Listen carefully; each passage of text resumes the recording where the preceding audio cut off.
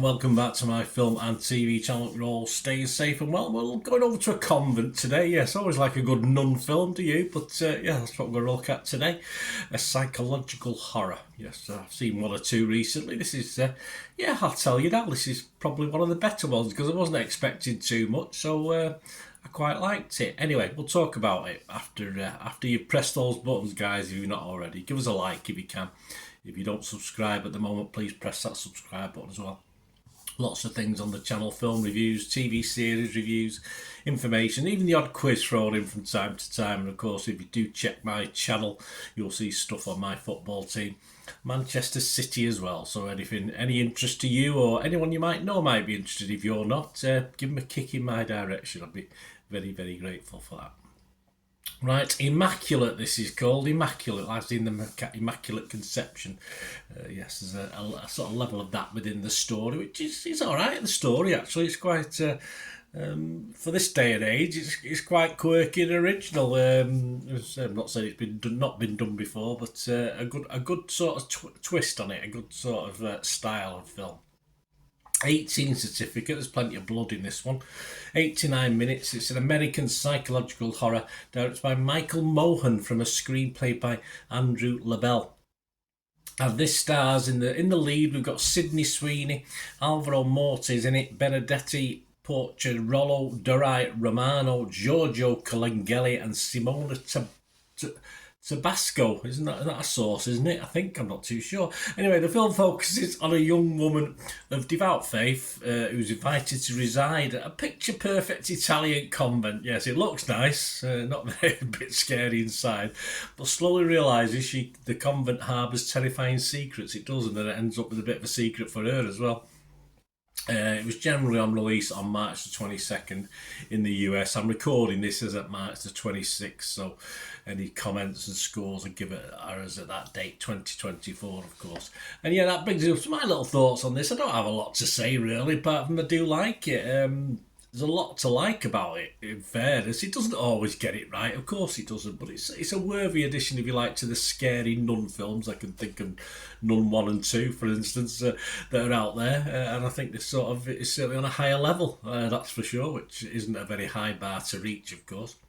Sydney Sweeney is the main reason why, even in the sort of duller moments, this is very watchable. I think she plays a great role in this, and who doesn't want to wake up in the middle of the night and find an old wrinkled nun sitting at the end of your bed? I mean, it's enough to scare anybody, isn't it? It's certainly given me the creeps, and it's one of those films that quite atmospheric, quite dark. It reminded me a bit. I remember sat in the cinema, and I used to go to midnight showings. There's probably only me and a couple of other people sometimes, and just me on my own sometimes. And I think it was a film called The Lighthouse, Jennifer Connelly. I don't remember that, but it sort of had an atmosphere about it, and this has got that atmosphere. If you sat in a big cinema with a big screen on your own, it can be even more chilling than perhaps it is watching on the small screen, where obviously I watch. But so if you do get a chance to watch it at the cinema, I would recommend that, actually.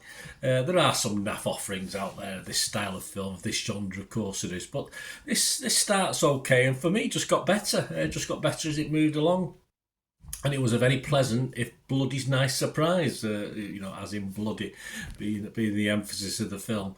And I think it cost under $10 million to make, so a bargain this one for me. I would be fresh on Rotten Tomatoes, I'll be positive on Metacritic, and I'm going to give this a 6.5 out of 10. Yes, very watchable, which is so I'm going to give it a 6.5 out of 10. It won't live long in the memory, but so what? It's just an enjoyable watch for 80 odd minutes, is however long it was on.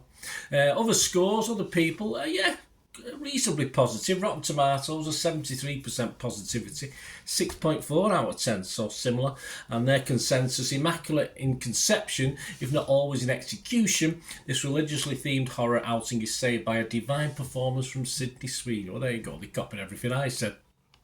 Metacritic uses an average, of course. They only give it 56 out of 100, so they weren't as impressed. But based on 36 critics, 15 were positive, 18 were mixed, which is okay. I can understand that, certainly from the first half of the film. and 3 were negative. Kevin Harley from Total Film gave it 60. He said, you'll flinch, yes, but you'll forget it just as quickly. Okay, well, I don't know. It's not going to live long in the memory, as I said. Kim Newman from Empire also gave it 60, Empire Magazine. He said, Immaculate has the look of something as slightly spooky as the Nun films, but is prepared to go a lot further. I agree. Abetted by a committed lead performance, I think we're all agreed on that one, than your average haunted convent picture. As I said, I think it's better than the average convent picture. Simple as that. And the final one before I go, Internet Movie Database, over 3,000 scores and reviews, so quite a lot. And yeah, again, slightly less than me, but 6.3 out of 10. So all round, all right, you get a 5.6 from Metacritic there, but overall, about a 6.2 average for this. And I think that's about right. It's fine, but as I say, I think I scored it 6.5 purely because I didn't expect much, and it was a lot better than I thought it was going to be. Let me know what you think, guys. Anyway, great to hear your opinions on this or anything film-wise. Just give us a shout, guys. It'd be great to have you on board. Thanks for watching. Till we meet again. Oh, that's one thing, don't I? Please stay safe, everyone. Bye for now.